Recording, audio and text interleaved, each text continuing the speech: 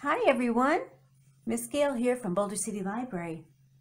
I hope everyone is well and I hope you've been having fun writing your letters. Today we're going to look at capital letters because they are a little bit different than the regular print way of making them. Some are similar, just like the lowercase. But sometimes we need capital letters in our cursive writing if we are going to write things like, oh, the months of the year, or perhaps your name. Certain words start with capital letters. So that's what we're going to work on today is capital letters. And I'm just going to write them out here. So I'll make the print one and then I'll make the cursive one. Okay. The cursive capital A looks a lot like the lowercase one, if you think about it. But the print capital A does not look a lot like the print lowercase a, does it? Not even at all. Okay, so our next one is the letter B, and it does look a lot like the print B. You just got a little extra piece over here, and that's where you start it. You start the B on this side here with that little flag thing, then straight down, and then you have to pick up your pen. A lot of times in cursive capital letters, there's a lot of picking up of the pen. It's not as fluid as the lowercase. But anyway, you pick up your pen, then you start back up here at the top, and then you make this little boat shape. I always thought it looks like a little boat, kind of a speedboat. It's going pretty fast. Okay, the letter C in cursive looks just like the letter C in print, but you can add to it here, and it's got a little bit of a tilt to it. It's leaning a little bit. Now the D, you start at the top for the letter D, and you bring your line down, and you give this real fun little loop right there. Yeah, and then you follow it around here, and then you're going to bring it back up after that little curve all the way to the top. Now, this is very important. This little thing here is not the connector. It's not like you have to go, oh, Dolly. That is not what. So a lot of times with the capital cursive letters, you really don't have to even connect them. I mean, you can if it's doable, but sometimes it just isn't in the case of the letter D. So you don't have to bring your lowercase cursive all the way up here to meet your uppercase. So if you were going to write doll, you would make your D and then you could make your O just the regular way that you do it. And instead of connecting it, you just tuck it right in there by that D so that it knows, when you read it, it'll see, oh, it says doll. This O goes with that word. And that is an O. It kind of filled in. These markers are very thick. So that's D. E looks like a backwards 3. I think that's backwards. Yeah, that's backwards. Okay, so it looks like a backwards 3. It's got that fun little loop right in the middle. And that one, sometimes you can add things like if you were to write the word engine, you could attach that nicely, right? Engine. There it is. The letter F. It is one of those two-parters because you have to cross it over. So it looks like this, and you have to put a line through it. Not to be confused with the letter T that looks like that. So the only difference between these two letters is this little line over here for the F, and the T does not have one. And those are that's how you do those. Capital F, and I can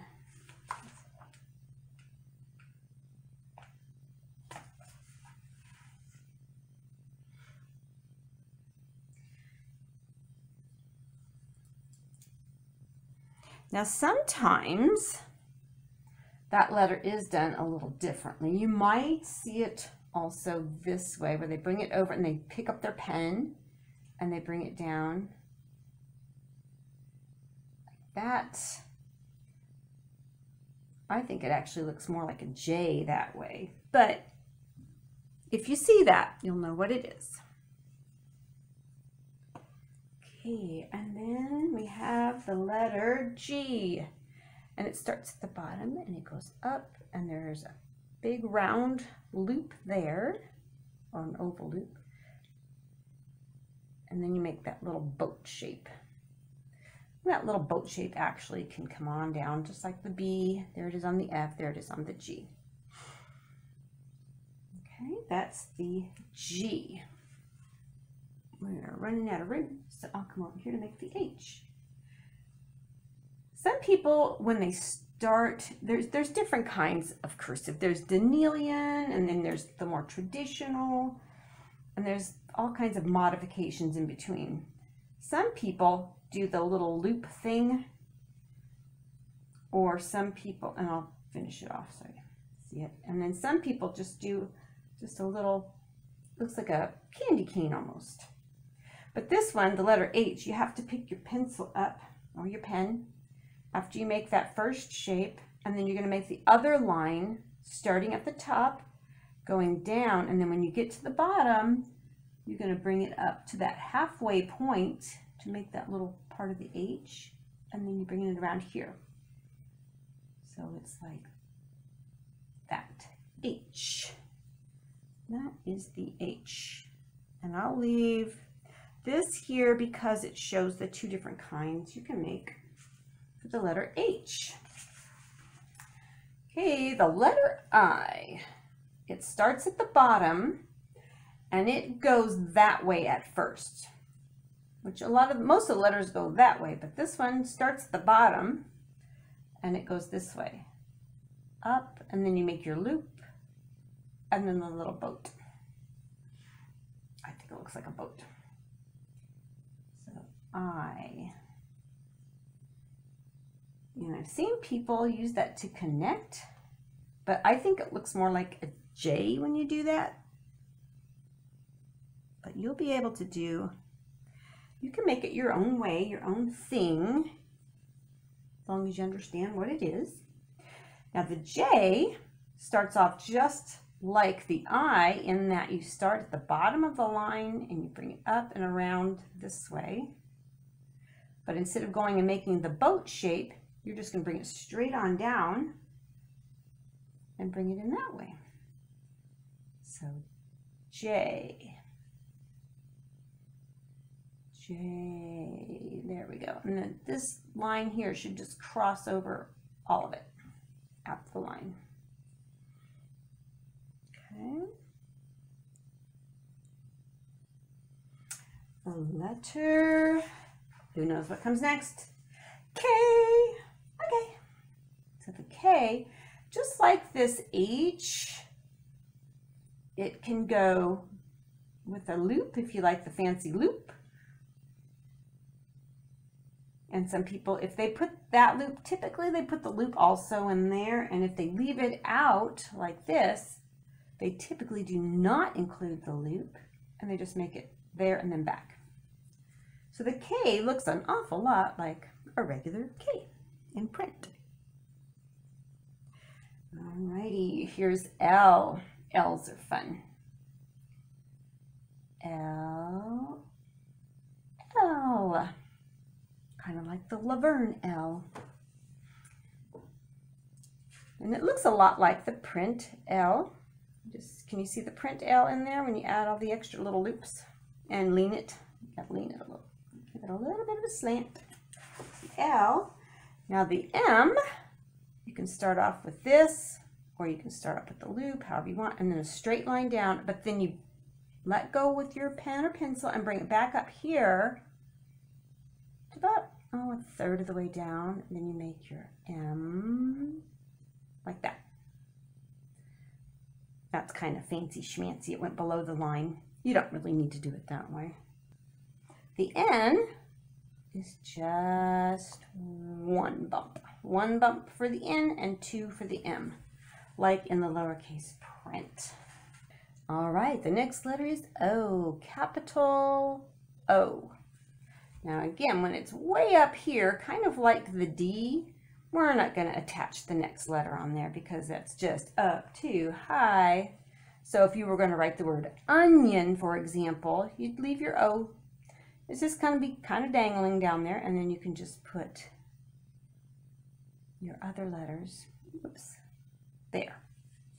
You just kind of start it towards the base of the O, like it's attached, but it's not exactly attached. And then the P goes like this.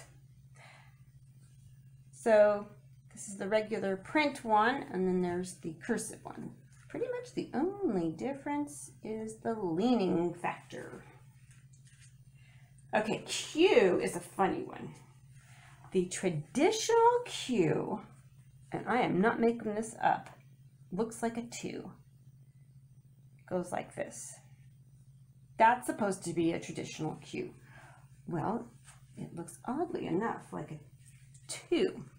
The one in this book and the more contemporary version, I'll show you that one. That's the one that is probably more commonly used nowadays.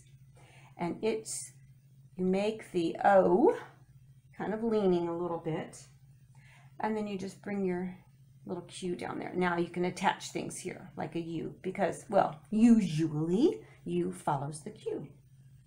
So that's how you do that one. And that's what separates it from the O, is the little loop thing is on the bottom instead of the top.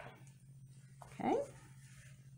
And we'll try our letter R. It is just a straight line down like that. Or if you want to get the more traditional kind, you can bring it here with that little thing.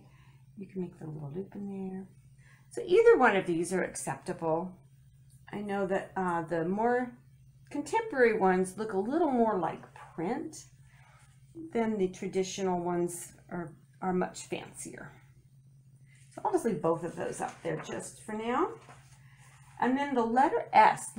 This is a fun one. I've always liked making the capital S.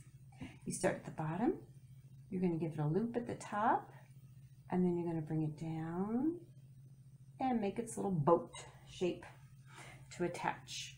So it's like, remember the cursive lowercase s looks like that?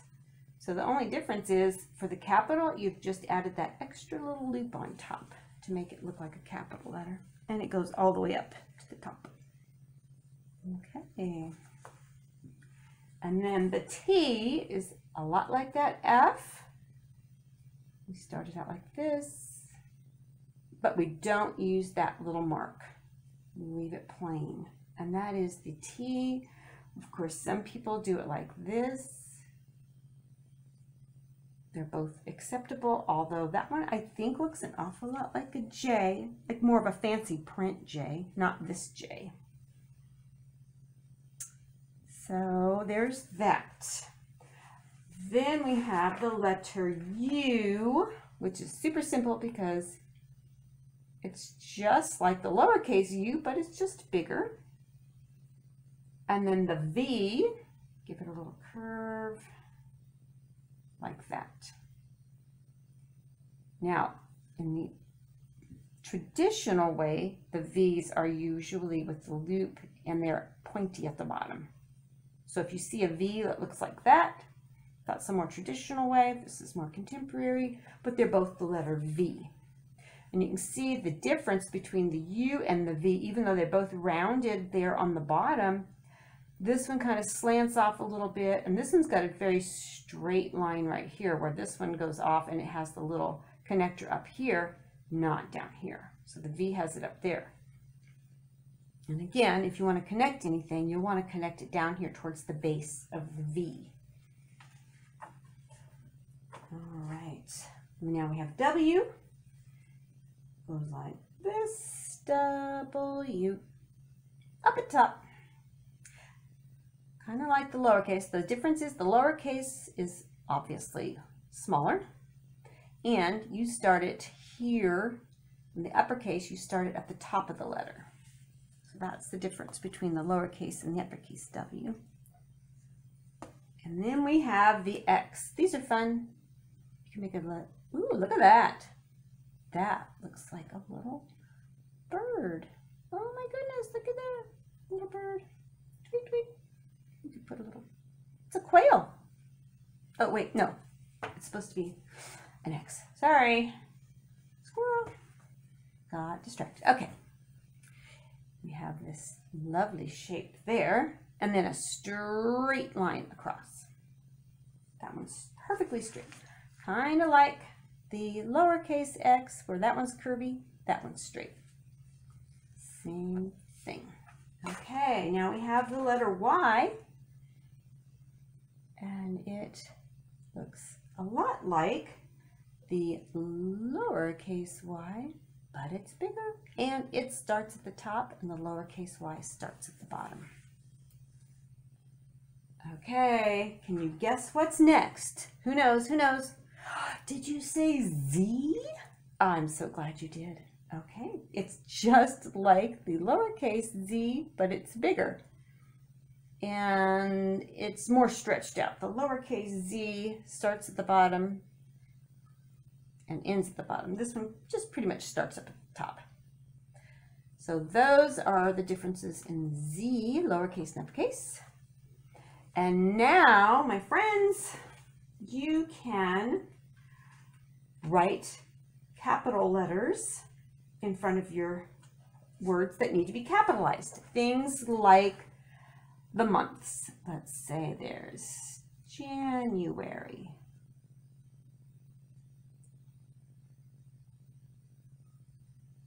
And there is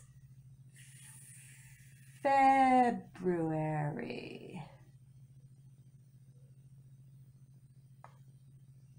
Like that. And of course, March. Now, I did something a little weird right there. I didn't connect it. That's just my fancy way of doing things, and you can do that if you wanted to write March very fancy. Ooh, look at that. Isn't that lovely? If my name were March, that might be how I'd write it, my signature. Anyway, what you can do for this time around is think of, you can practice your capital letters, and think of some words that start with capital letters, like the months, like names, maybe the days of the week. You can practice your capital letters by writing words that have capital letters at the beginning. You can make up your own list. Until next time, see you later, bye.